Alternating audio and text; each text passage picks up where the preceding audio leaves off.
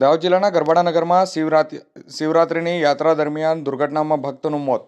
આ તારીખ 17/2/2026 મંગળવારના સવાર 9 કલાક સુધીમાં મળતી માહિતી અનુસાર આગના કરતબ દરમિયાન દાઝી ગયેલા રમણભાઈ રાઠોડ નામના વ્યક્તિનું નિધન થવા પામ્યું છે. ગરબાડામાં મહાશિવરાત્રિ નિમિત્તે યોજાયેલી શિવજીની યાત્રા દરમિયાન એક દુર્ઘટના બનવા પામી હતી.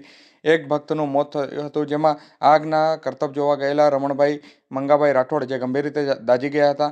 રમણભાઈને તાત્કાલિક સારવારથી ખસેડવામાં આવ્યા હતા, જેમાં સારવાર દરમિયાન રમણભાઈનું મોત નિપજવા પામ્યું હતું. ઘટનામાં શિવજી જે યાત્રામાં કહી શકાય કે આગમાં એક વ્યક્તિ બળી જવાનો ઘટના પણ સામે આવી, જેમાં કરતબ દરમિયાન એક વ્યક્તિને પેટ્રોલ છાંટી અને આગ લગાવવાની કામગીરી કરવામાં આવી રહી હતી, જેની લપેટમાં રણછોડભાઈ આવી ગયા હતા અને આસપાસ ઉભેલ ભીડમાં પણ દોડધામ મચી જવા પામી હતી.